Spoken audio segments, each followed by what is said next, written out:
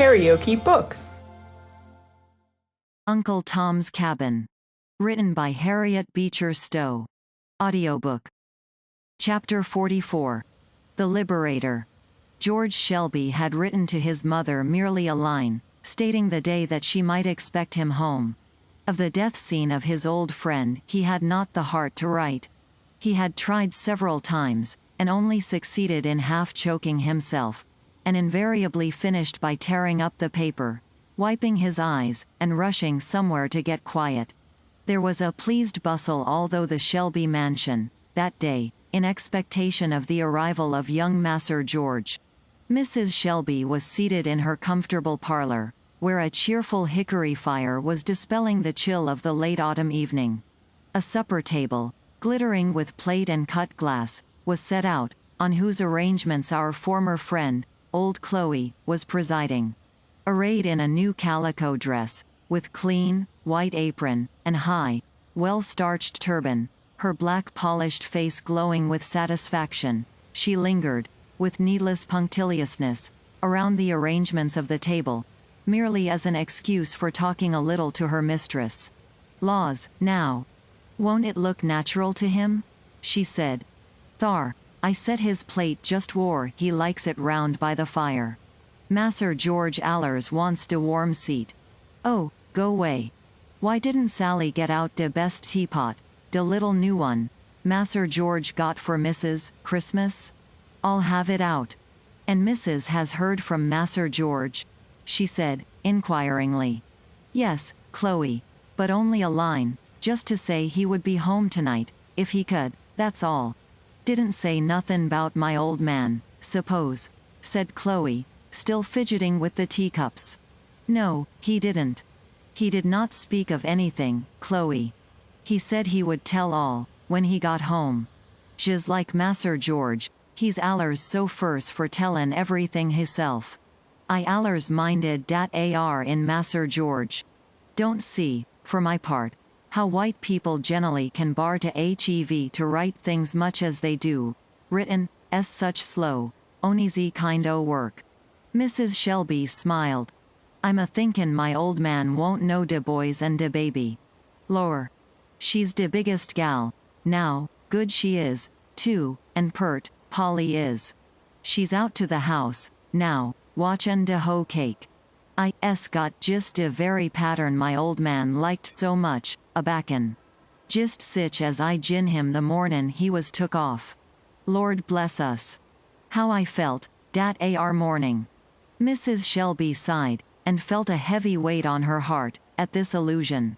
She had felt uneasy, ever since she received her son's letter, lest something should prove to be hidden behind the veil of silence which he had drawn. "Mrs. has got dem bills," said Chloe, anxiously. "Yes, Chloe. 'Cause I wants to show my old man dem very bills de perfectioner gave me. And, say he, Chloe, I wish you'd stay longer."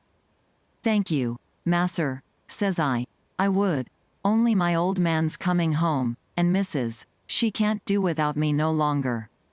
There's just what I telled him. Very nice man, dat Mas'r Jones was." Chloe had pertinaciously insisted that the very bills in which her wages had been paid should be preserved, to show her husband, in memorial of her capability. And Mrs. Shelby had readily consented to humor her in the request. "He won't know Polly, my old man won't. Laws, it's 5 years since they tuck him. She was a baby den, couldn't but just stand. Remember how tickled he used to be, 'cause she would keep a-fallin' over, when she sought out to walk. Laws a me." The rattling of wheels now was heard. "Mas'r George," said Aunt Chloe, starting to the window. Mrs. Shelby ran to the entry door, and was folded in the arms of her son. Aunt Chloe stood anxiously straining her eyes out into the darkness. "Oh, poor Aunt Chloe," said George, stopping compassionately, and taking her hard, black hand between both his. "I'd have given all my fortune to have brought him with me, but he's gone to a better country." There was a passionate exclamation from Mrs. Shelby, but Aunt Chloe said nothing. The party entered the supper room. The money, of which Chloe was so proud, was still lying on the table. "Thar," said she, gathering it up, and holding it, with a trembling hand, to her mistress, "don't never want to see nor hear on tea again. Just as I knew tea would be sold and murdered on dem ar old plantations." Chloe turned, and was walking proudly out of the room. Mrs. Shelby followed her softly, and took one of her hands, drew her down into a chair, and sat down by her. "My poor, good Chloe," said she. Chloe leaned her head on her mistress' shoulder, and sobbed out, "Oh, Mrs. Scuse me, my heart's broke, dat's all." "I know it is," said Mrs. Shelby, as her tears fell fast, "and I cannot heal it, but Jesus can. He healeth the broken-hearted, and bindeth up their wounds." There was a silence for some time, and all wept together. At last, George, sitting down beside the mourner, took her hand, and, with simple pathos, repeated the triumphant scene of her husband's death, and his last messages of love. About a month after this, one morning, all the servants of the Shelby estate were convened together in the great hall that ran through the house, to hear a few words from their young master. To the surprise of all, he appeared among them with a bundle of papers in his hand, containing a certificate of freedom to every one on the place, which he read successively, and presented, amid the sobs and tears and shouts of all present. Many, however, pressed around him, earnestly begging him not to send them away, and, with anxious faces, tendering back their free papers. "We don't want to be no freer than we are. We's allers had all we wanted. We don't want to leave de old place, and masser and missus, and de rest." "My good friends," said George, as soon as he could get a silence, "there'll be no need for you to leave me. The place wants as many hands to work it as it did before. We need the same about the house that we did before. But, you are now free men and free women. I shall pay you wages for your work, such as we shall agree on. The advantage is, that in case of my getting in debt, or dying, things that might happen, you cannot now be taken up and sold. I expect to carry on the estate, and to teach you what, perhaps, it will take you some time to learn, how to use the rights I give you as free men and women. I expect you to be good, and willing to learn, and I trust in God that I shall be faithful, and willing to teach. And now, my friends, look up, and thank God for the blessing of freedom."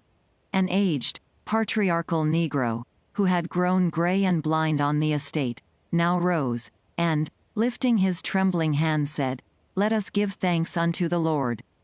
As all kneeled by one consent, a more touching and hearty Te Deum never ascended to heaven, though borne on the peal of organ, bell and cannon, than came from that honest old heart. On rising, another struck up a Methodist hymn, of which the burden was, "The year of Jubilee is come.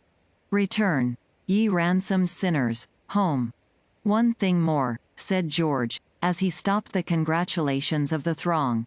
"You all remember our good old Uncle Tom?"